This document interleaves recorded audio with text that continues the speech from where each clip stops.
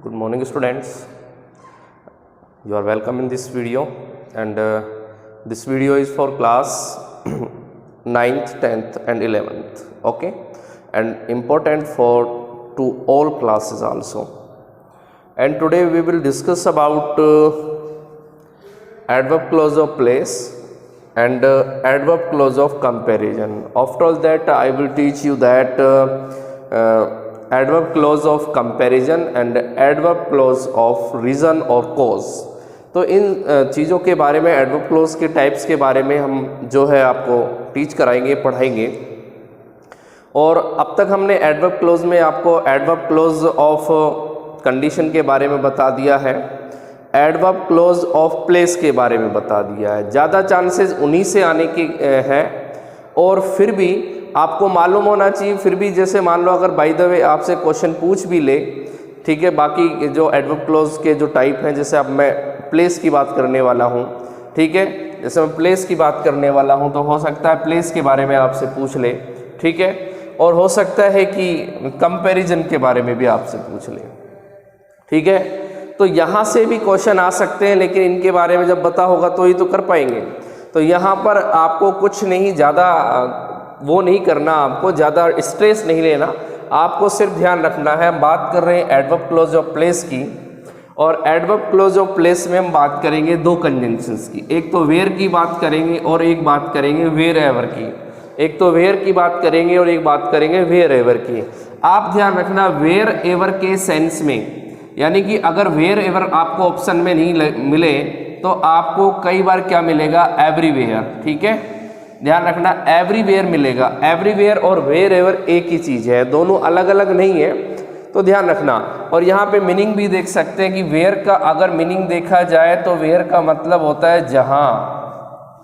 ये मैंने आपको adverb close of adjective close of मैंने आपको बताया था रिलेटिव, ठीक है, तो वहाँ पर adjective close of relative pronoun के सेंस में आपको बताया था।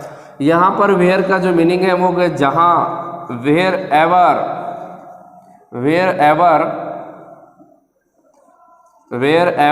या वेयर एवर की जगह हम कई बार एवरीवेयर का यूज़ करते हैं, एवरीवेयर का यूज़ करते हैं, दोनों का ही सेम, जहाँ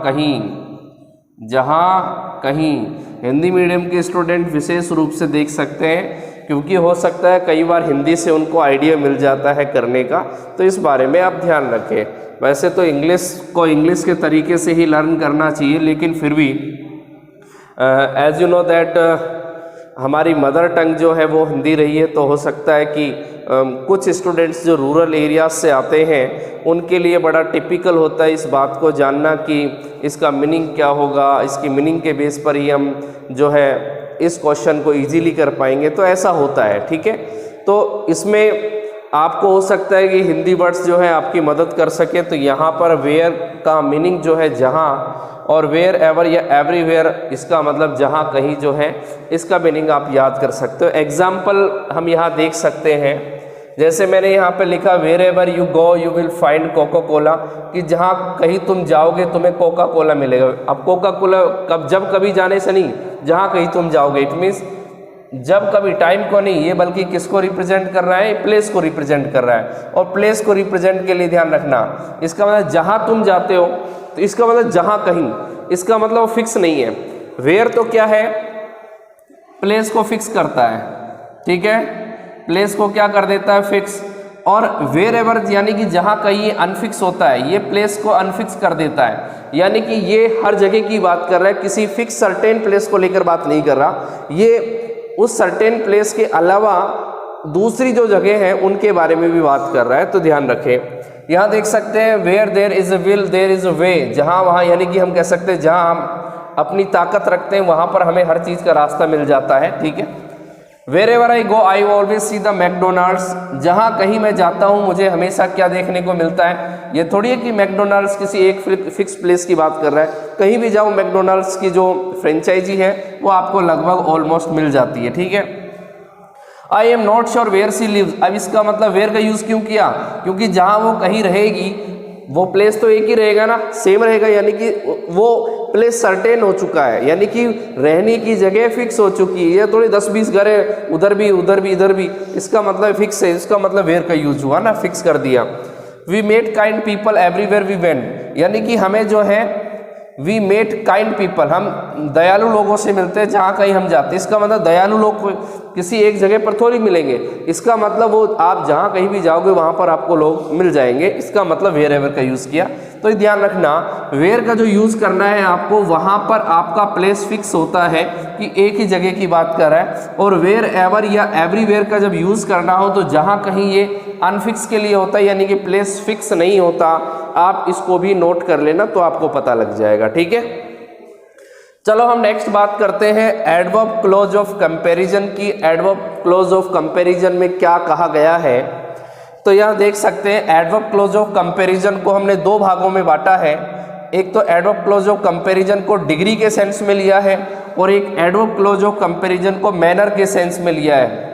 मैनर इसका मतलब ये तरीका या व्यवहार को बताता है, तरीके को बताता है। डिग्री आपको पता है कंपैरिजन में कहाँ काम आती है, वो देख सकते हैं।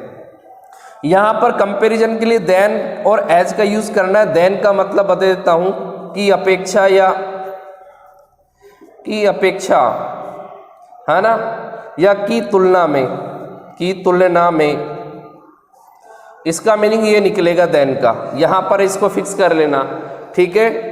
और यहाँ पर जो एज का मीनिंग है, वो एज का मीनिंग क्या है, ध्यान रखना। एज का मीनिंग यहाँ निकलेगा जितना, क्या निकलेगा, जितना, ध्यान रखना, जितना। और यहाँ पर भी देखो आपको मैनर में एज दिया हुआ है, इसका मतलब यहाँ पर ध्यान रखना, यहाँ एज का मीनिंग अलग है।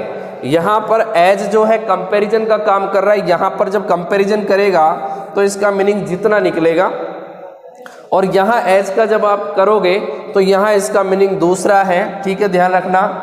जैसा कि या जैसा, इसका मतलब जैसा, ठीक है, ध्यान रखना। जैसा या जैसा की, नोट कर लेना, जैसा या जैसा की, जैसा छोटी की, जैसा या जैसा की।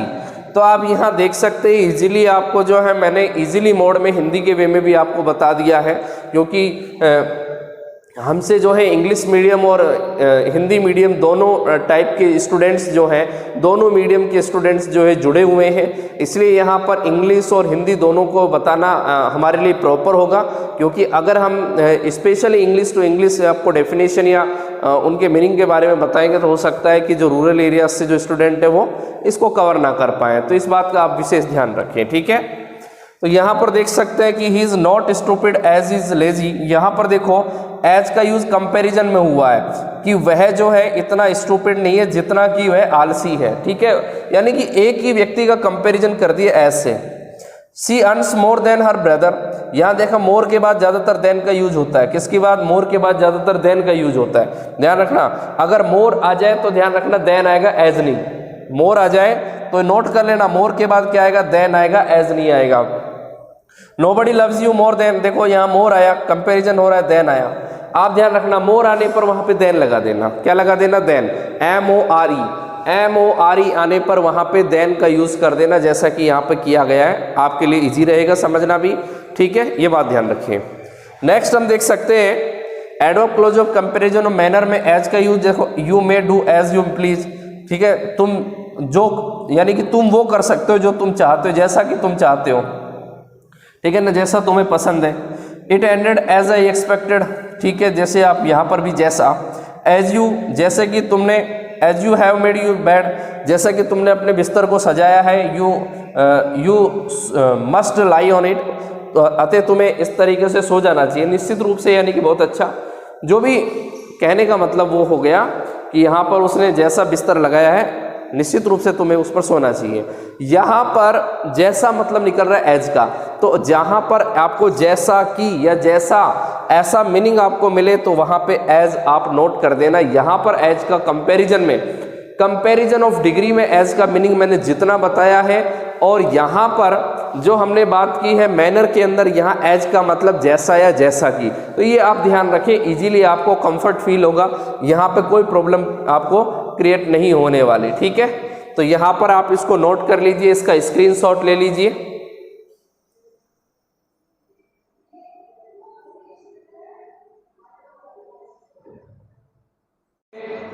So let's see adverb clause of purpose. Adverb clause of purpose की बात करेंगे तो एडवर्ब क्लॉज ऑफ पर्पज में ध्यान रखना, इसमें किसी भी काम को करने के पीछे पर्पज होता है, ठीक है। किसी भी काम को आपको करना है तो उसके पीछे एक पर्पज होता है। जैसे आपने सपोज करो कोई फ्रिज खरीदा, फ्रिज खरीदने का पर्पज क्या था?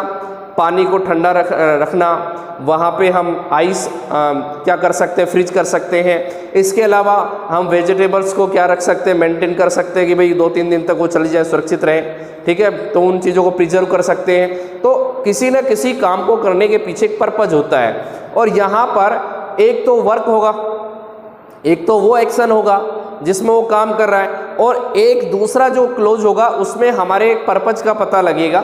यहाँ देख सकते हैं कि कौन कौन से यहाँ पर हमारे पास जो कंजंक्शंस यूज होंगे।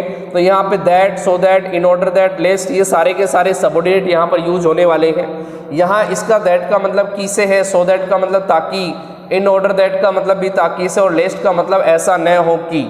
तो यहाँ पर आप इनके मीनिंग देख सकते हैं, मीनिंग के बेस पर भी कर सकते हैं। बाय द वे यहाँ पर आपको सीधा क्लियर मिलेगा कि उसके कॉन्फिडेंट होने का मतलब क्या था कि वह उस क्वेश्चन को सोल्व कर सके। तो यहाँ पर क्या पर्पज क्या हो गया?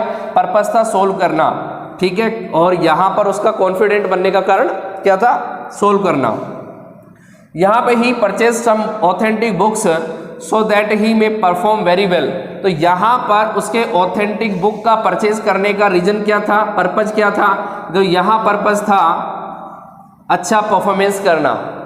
Walk slowly less you should fall, यहाँ पर उसके धीरे चलने का पर्पज क्या था कि वो गिर ना जाए, यानी कि कहीं वो गिर ना जाए, गिर ना पड़े, ये पर्पज था, ठीक है। तो ये बात आप ध्यान रखें। नेक्स्ट हम बात करने वाले हैं एडवर्ब क्लॉज ऑफ रीजन या कॉज की। रीजन या कॉज का मतलब होता है कारण को बताना। किसका मतलब? कारण को बताना, कारण बताएगा। जैसे हम बात करें यहाँ पर कौन कौन से सबऑर्डिनेट कंजंक्शंस काम आने वाले हैं, तो यहाँ देख सकते हैं यहाँ पर हमारे पास सबऑर्डिनेट कंजंक्शंस कौन कौन से हैं? Because, since, as, that. यहाँ पर ध्यान रखना क्योंकि, इसका मीनिंग निकलेगा क्योंकि। सिंस का मतलब क्योंकि या चूंकि, ठीक है, क्योंकि या चूंकि, ऐसा निकाल सकते हैं। यहाँ पर भी इसका मतलब भी और इसका मतलब भी, चारों का मीनिंग लगभग सेम है। ये ऑप्शन पर डिपेंड करता है कि हमें ऑप्शन कौन सा मिला। हो सकता है बिकॉज ना मिलकर सिंस मिल जाए, तो सिंस हमारे लिए अप्रोप्रिएट आंसर रहेगा। सिंस की जगह एज मिल सकता है, एज की जगह दैट मिल सकता है। तो इन चारों का ही यूज जो है वो सेम कंडीशन में होने वाला है, अलग अलग कंडीशन नहीं है, सेम कंडीशन अप्लाई होने वाली है, ठीक है। ये बात ध्यान रखें। तो यहाँ पर हम एग्जाम्पल के थ्रू समझ सकते हैं कि सर रीजन क्या है। रीजन देख सकते हैं, I sing because I like singing, ठीक है। ध्यान रखना रीजन से पहले आपको क्या रखना है। जैसे मैंने यहाँ पर्पस से पहले कंजंक्शन का यूज किया, इसी तरीके से यह रीजन से पहले आपको कंजंक्शन का यूज करना है। तो यानी कि जो रीजन है वो किसके बाद आएगा? किसके बाद आएगा? सबऑर्डिनेट कंजंक्शन के बाद रीजन का यूज होगा। तो मैं गाता हूं या गाती हूं बिकॉज आई लाइक सिंगिंग, क्योंकि मुझे गाना पसंद है। तो यहाँ रीजन क्या था? आई लाइक सिंगिंग, यानी कि गाना पसंद है उसको। तो यहाँ पर बिकॉज मैंने लगाया, ठीक है। Since he was apologized he will take no further action against him, वह उसके खिलाफ कोई भी एक्शन नहीं लेगा, ठीक है। कारण क्या रहा? क्योंकि उसने क्षमा मांग ली है, क्योंकि उसने क्षमा मांग ली है, इसके कारण वह उसके खिलाफ कोई एक्शन नहीं लेगा। ये रीजन था। रीजन से पहले ध्यान रखना, मैंने कहा था सबऑर्डिनेट क्लोज और मेन क्लोज आपस में एक दूसरे की जगह रिप्लेस हो सकते हैं, इस बारे में आप ध्यान रखें। तो मैंने यहाँ पर जो सबऑर्डिनेट क्लोज है, सबऑर्डिनेट क्लोज का यूज मैंने फर्स्ट ऑफ ऑल किया, इसीलिए मैंने सबऑर्डिनेट कंजंक्शन का यूज भी सबऑर्डिनेट कंजंक्शन से पहले, क्लोज से पहले कर लिया, ठीक है। तो यहाँ पर देख सकते हैं as he was not there I left a message with his mother, क्योंकि मैंने उसकी माता जी के पास एक मैसेज छोड़ दिया। यानी कि क्यों छोड़ दिया? क्योंकि वह वहां नहीं था, मैं जिससे मिलने गया था वो वहां नहीं था। कारण क्या रहा? रीजन क्या रहा? रीजन यही रहा कि वो वहां पर नहीं था, इसलिए मैंने क्या कर दिया? हाँ, तो ये बात ध्यान रखें। तो इस तरीके से आपको इजीली रीजन या कोज कह दो, कारण की बात समझ में आई होगी। एडवर्ब क्लॉज ऑफ रीजन के बारे में पता लगा होगा। इसके नेक्स्ट हम बात करें एडवर्ब क्लोज ऑफ पर्पज, तो एडवर्ब क्लोज ऑफ पर्पज के बारे में भी आपको इजीली मोड में समझ में आया होगा। ठीक है स्टूडेंट्स, तो आज हमने जो है कंट्रास्ट से कहीं क्वेश्चन नहीं आते तो ध्यान रखें। और यहाँ पर हम बात कर रहे हैं कि एडवर्ब क्लोज ऑफ क्लोज के हमने लगभग सारे टाइप बता दिए। चाहे कंडीशन की बात करें, ठीक है, कंडीशन के बाद हमने जैसे टाइम की बात की, टाइम के बाद प्लेस की बात की, प्लेस के बाद हमने कंपैरिजन की बात की, फिर हमने यहाँ पर जो है आपको पर्पज और रीजन के बारे में बताया है। इस तरीके से हमने एडवर्ब क्लोज कंप्लीट करा दिए। और जो बाकी का आपका बचा हुआ है, क्योंकि वर्ब क्लोज से आपके कहीं क्वेश्चन नहीं आते, वर्ब क्लोज आपके जो स्टैंडर्ड का भी नहीं है, इसलिए हम नाउन क्लोज की जरूर बात करेंगे। ठीक है, कल के वीडियो में नाउन क्लोज के बारे में बात करेंगे, जहां से क्वेश्चन आ सकते हैं, केवल उन्हीं के बारे में बात करने वाले हैं।